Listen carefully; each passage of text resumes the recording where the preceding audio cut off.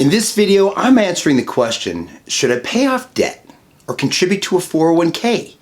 Today's vlog is being brought to you by 401k Maneuver. 401k Maneuver provides online professional account management with the goal of supercharging your 401k performance. So stop leaving money on the table each and every year in the form of lost returns. That's real money, you guys. Let us help you. If you're new here, be sure to hit the subscribe button, and the links to everything that we mentioned in this video you can find in the description box below. So let's jump right in. With inflation not going down and interest rates rising, many of us Americans are wondering, should I pay off debt or continue to contribute to my 401k? It's not surprising American households are feeling the pinch. NerdWallet reports in the past year, median household income has grown just 4%, while the overall cost of living has jumped 8%. And as a result, more Americans are taking on debt just to afford the cost of living.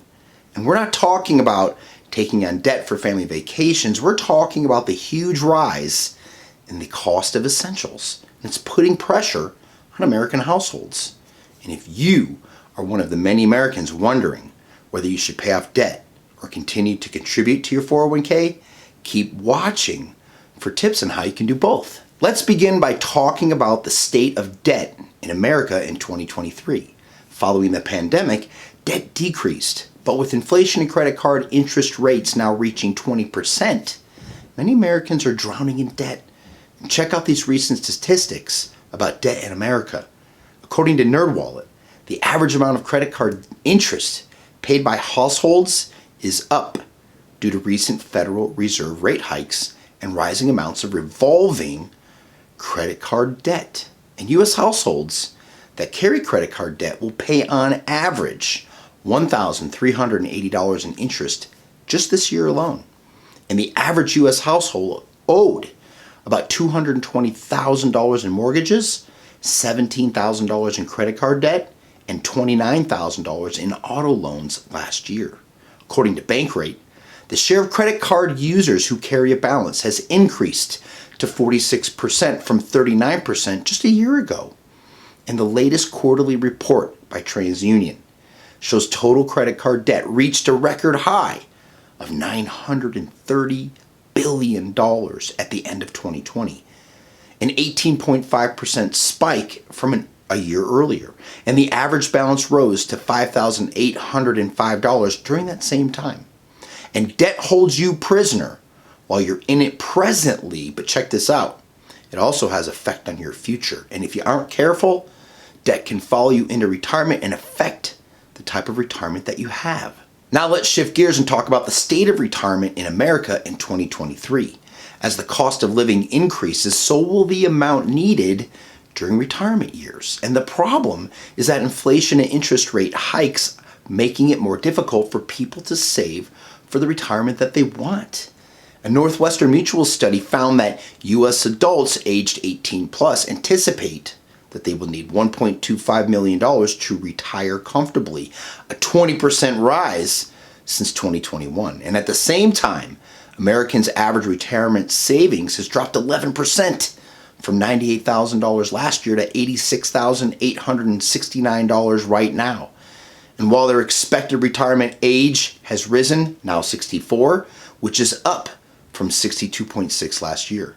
And the same study found more than 4 in 10 people say they do not expect to be financially ready for retirement when it comes. And meanwhile, 1/3 of Americans expect to live to 100, with an equal third predicting there's a better than 50% chance they may outlive their savings. And at the same time, more than 1 in 3 Americans report they have not taken proactive steps to address this concern. And according to Fox Business, 41% of survey respondents said that inflation was the most significant obstacle in reaching financial security in retirement, while 39% blamed the economy. Add in debt, especially high interest debt, and it is even harder to save for a comfortable retirement. Check out the description box below for a complimentary read titled 13 Ways to Avoid Cutting Back on 401k Contributions Amid Inflation. Let's shift gears and talk about debt and retirement. If you're drowning in debt, consider whether your retirement income will even be enough to cover your monthly debts. And this might make you feel as if you need to focus solely on paying off debt and not contributing to your 401k, but that also has consequences. For one, if you focus only on paying off debt for 5 years, you may be debt-free in 5 years, but you will also be 5 years behind on your retirement savings. You will have potentially missed out on 5 years of compounded investment interest returns had you consistently contributed. Plus, those with the 401k who didn't contribute at least the company match while paying off debt over these last 5 years may have missed out on 5 years of free money. This is even more significant beginning in 2023 as 401k contribution limits have risen to $22,500 from $20,500 just last year. And on the flip side, interest rates on your debt may be higher than the return you could expect on your retirement investments. So check this out. Let's say you have $10,000 in credit card debt and you pay 13.98% APR. Let's also say you have a 401k with an expected annual rate of return of 7%. If you decide to only pay the minimum on your credit card and divert what you can into your 401k, you would be losing money over time on the amount that you invested, 6.98% to be exact. So let's rethink the question. Should I pay off debt or contribute to my 401k? The best way to answer this question is to change the question. Instead of debt payoff or saving for retirement, use and.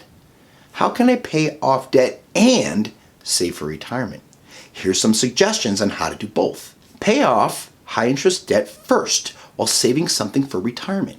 It is critical that you at least contribute enough to your 401k to get your free company match because it's free money. Aim to contribute enough to get the company match and then divert any additional retirement savings to pay off high interest debt. Create a budget that prioritizes debt repayment while still allowing you to contribute enough to your 401k to receive the full company match.